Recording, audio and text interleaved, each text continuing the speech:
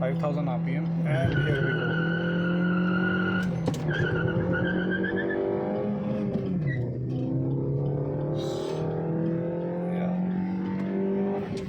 Yeah, bridge is coming in. And guys, and welcome back to yet another vlog.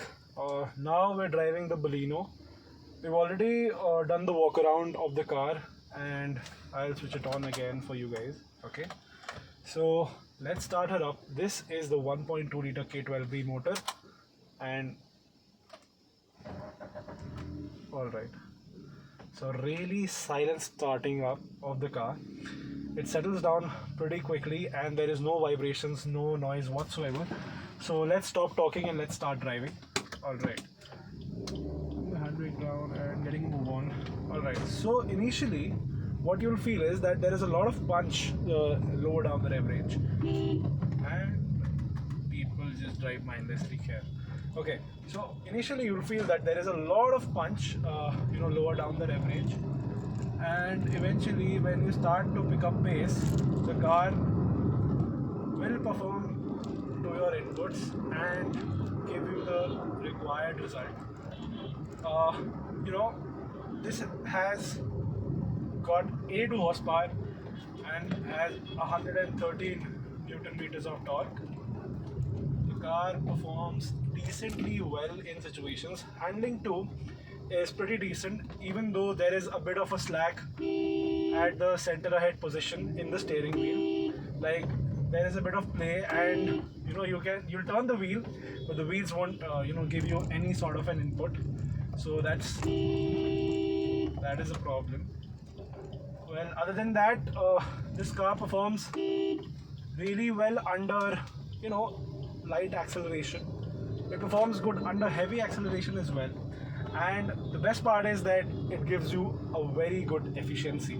Now, this car is averaging around 14-15 kilometers to the liter. I have driven it for more than 160 odd kilometers in city traffic and highway driving. So a combined cycle. Along with that, I've kept the AC on. General parameters for our testing. So it is doing brilliantly well over there. All right. Now the thing is that even in stop-start traffic, this car is really well calibrated. There is no need of changing gears a lot.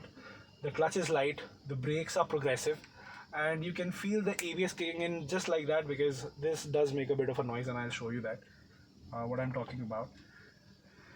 It's got a 37 liter fuel tank, so it's got a decent range of around 550 odd kilometers, while you're averaging 15 kmpl, and that is good for a car of this size and category.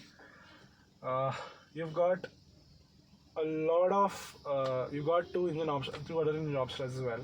One was the 1.3 liter DDIS motor that was found in all across Marutis, Tatas and Fiats of the time.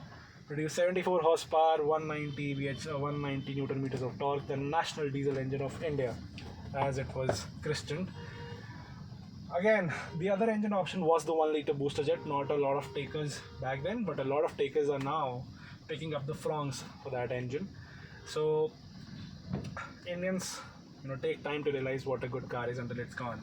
So yeah, 102 horsepower, 150 Newton meters of torque, 0 to 100 in less than 10 seconds. Well, that was the Baleno RS for you. It was faster than the GT TSI in outright acceleration due to its lighter weight. However, if you'll compare the manual transmissions, the Baleno was quicker. However, in gears. However, if comparing the oh so lovely DQ200 in the automatic GT TSI, that was leagues ahead in terms of every every aspect. But one aspect where Maruti is always shining is reliability, and this car is no different, to say the least. Not a lot of niggles have been reported as such, and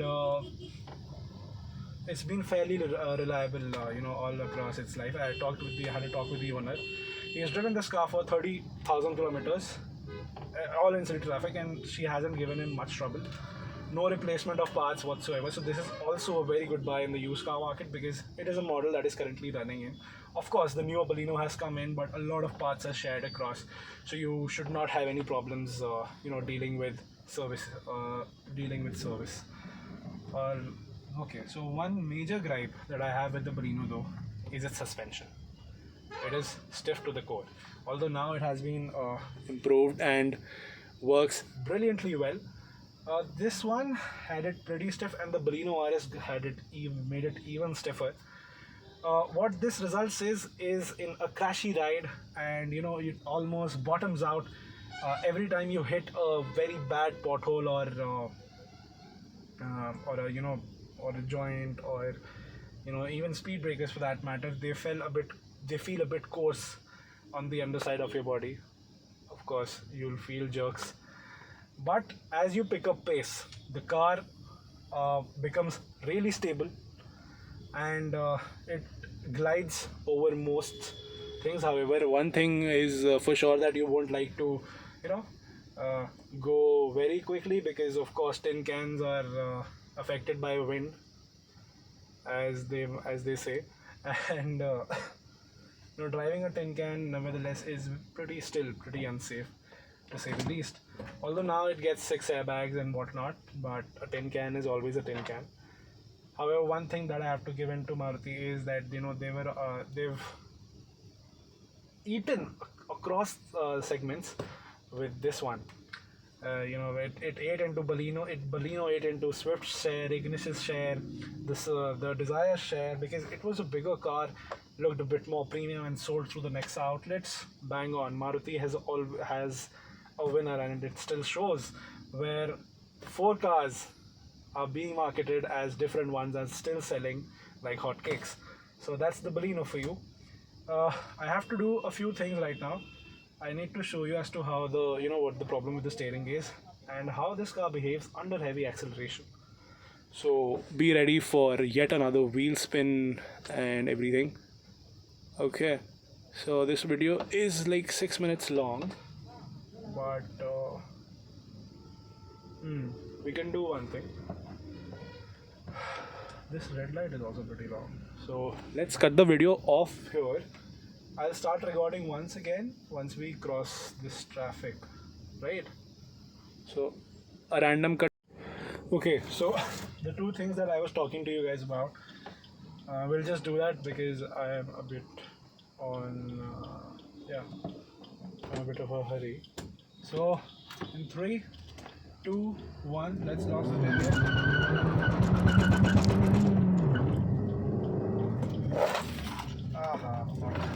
So this car doesn't really respond well to under high. There is a lot of wheel spin. That's happening. This is okay. So it does well. It does pretty well. Under heavy acceleration, as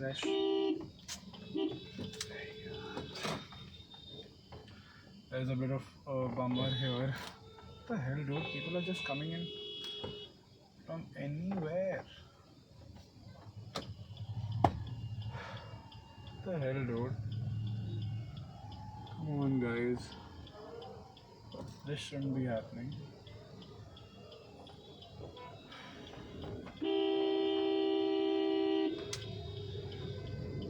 Come on. Did he get moving? Come on. Yeah. Alright. So what I was talking about. This has got good acceleration, all throughout. Does wheel spin, and yeah, I believe this was the thing. This pretty well too. As well.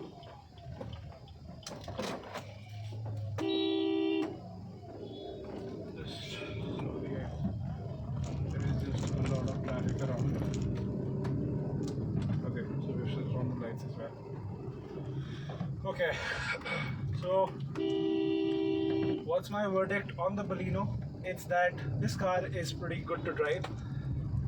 Everything considered, I mean, I haven't been able to floor it. I'll upload a few shots though, and we'll see the wheel spin over there. But all in all, the Baleno is a pretty good roundabout for the city. Also performs decently well on the highway. However, I would say don't overspeed in this car. Of course, the sheet metal is unsafe, and that is frankly the only problem that I have with the Baleno, along with the typical Maruti bits that it rattles a bit, and it's not as good as you might want it to be. However, if you want a good car, just get this one straight away. There is. Alright guys, so one little thing that I forgot to talk about in the earlier video was that this K12 motor is very rev happy. You can, take her all the way to 6200 RPM. That is the red line, and it goes bonkers. If you want to see one last, I don't think we have a lot of fuel left, but if you want to see one as to how it sounds like, we can do it right now. It's subah ka time, and I guess I don't know if the general public would appreciate what I'm doing, because there are a lot of speed breakers around here. We can't really rev it up, but let's try and take this.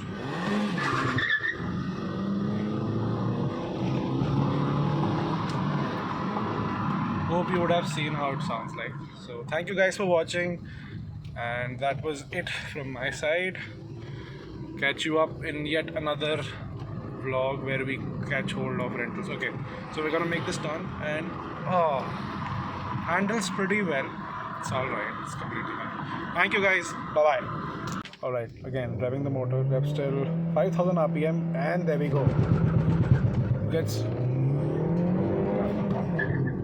Goes till 6000 RPM